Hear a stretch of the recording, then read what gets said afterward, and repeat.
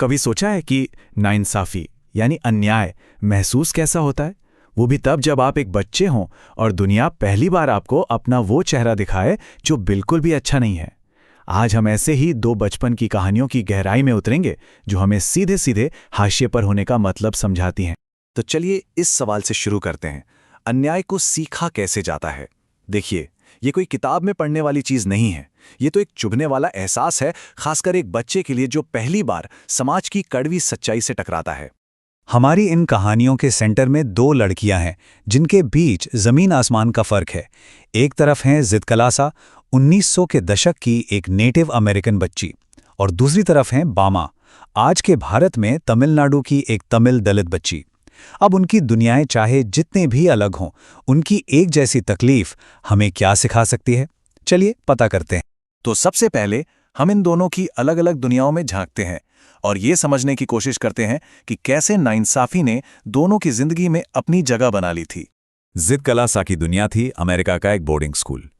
इन स्कूलों को एक बहुत ही कह सकते हैं क्रूर सोच के साथ बनाया गया था। सोच थी, इंडियन को मारो, इंसान को बचाओ। और ये सिर्फ कोई कहावत नहीं थी, ये एक सोची समझी पॉलिसी थी जिसका मकसद था नेटिव अमेरिकन बच्चों से उनकी जड़ें, उनकी संस्कृति, उनकी पूरी पहचान ही छीन लेना। और बामा की दुनिया वो थी तमिलनाडु का एक गांव जो जाति पर आधारित छुआछूत के उन कानूनों से चलता था जो कहीं लिखे तो नहीं थे पर हवा में घुले हुए थे और उतने ही सख्त थे। ये कानून तय करते थे कि कौन कहाँ जा सकता है, क्या छू सकता है या किसके सामने सिर झुकाकर खड़ा रहेगा। यहाँ तो रोज की जिंदगी ही अपमान का एक लंबा सिलसिला थी। तो अब हम इस विश्लेषण की गहराई में उतरते हैं। देखिए, जुल्म करने वाले दोनों ही सिस्टम ये बात अच्छी तरह जानते थे कि किसी को अगर तोड़ना है तो सबसे पहले उसकी पहचान पर हमला करना जरूरी है। जरा सोचकर देखिए, आपको अपने वो कपड़े उतारने पर मजबूर किया जा रहा है जो आपको सबसे ज्यादा प्यारे हैं, और उनकी जगह कुछ ऐसा पहनाया जा रहा है जिसमें आप खुद को पहचान भी नहीं पा रहे। पहला हमला हमेशा ऐसा ही होता है, दिखावे का, एक प्रतीक। क्योंकि कपड़े सिर्फ धागे नहीं होते, वो हमारी संस्कृति और हमारे आत्मसम्मान का प्रतीक होते हैं। जिद कलासा के लिए उसके मुलायम मोकसिन और उसका आरामदायक कंबल ये उसकी संस्कृति का हिस्सा थे। पर इनकी जगह उसे क्या मिला? ची ची करते सख्त जूते और एक ऐसी ड्रेस जो शरीर पर चुभती थी। ये सिर्फ जिस्म की चुभन नहीं थी, ये उसकी पहचान को मिटाने की कोशिश थी। उसे ये महसूस कराने की कोशिश थी कि तुम जो हो, जैसे हो, वो गलत है। लेकिन असली चोट तो अभी लगनी बाकी थी। बालों से ज्यादा निजी और क्या हो सकता है ना? जिद कलासा की संस्कृति में लंबे बाल योद्धाओं की बहादुरी और परिवार के सम्मान की निशानी थे। ये सिर्फ बाल नहीं थे, ये उनका गौरव था, उनकी विरासत थी। जिद कलासा खुद लिखती हैं, हमारे लोगों में छोटे बाल वो रखते थे जो मातम मना रहे हों, और कटे हुए बाल कायरों के निशानी थे। इस एक लाइन में उस अपमान की पूरी गहराई छिपी है। ये सिर्फ बाल काटना नहीं था, ये उसके गौरव पर, उसकी हिम्मत पर सीधा हमला था। पहचान छीनने के बाद अगला कदम होता है आपकी रोज की जिंदगी पर कब्जा करना। चलिए देखते हैं कि कैसे छोटी छोटी आदतें और रस्में किसी की इंसानियत छीनने का जरिया बन जाती हैं।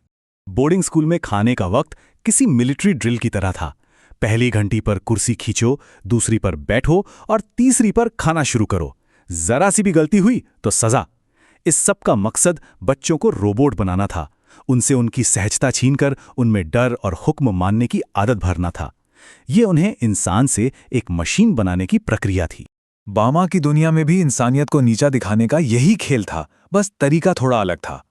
छुआछूत का नियम कहता था कि एक दलित का शरीर अपवित्र है और वो ऊंची जाति के खाने को छूकर उसे गंदा कर सकता है। ये नियम किसी इंसान को उसकी इंसानियत से बिल्कुल अलग करके सिर्फ उसकी जाति तक ही सीमित कर देता है। और यहीं पर पूरा खेल समझ में आता है। जो सत्ता जुल्म कर रही है वो इसे सभ्य बनाने का मिशन या अनुशासन सिखाना कहती है, लेकिन जो ये सब सह रहा है उसके लिए ये सिर्फ और सिर्फ जिल्लत, अपनी संस्कृति का खत्म होना और अपनी ही नजरों में गिल जाना है। लेकिन इंसान की आत्मा को हमेशा के लिए दबाया नहीं जा सकता। अब हम कहानी के उस मोड़ पर हैं जहां जिद कलासा और बामा दोनों ने अपने अपने तरीके से बगावत की, प्रतिरोध की चिंगारी जलाई। जिद कलासा का प्रतिरोध फौरन था और सीधा शारीरिक था।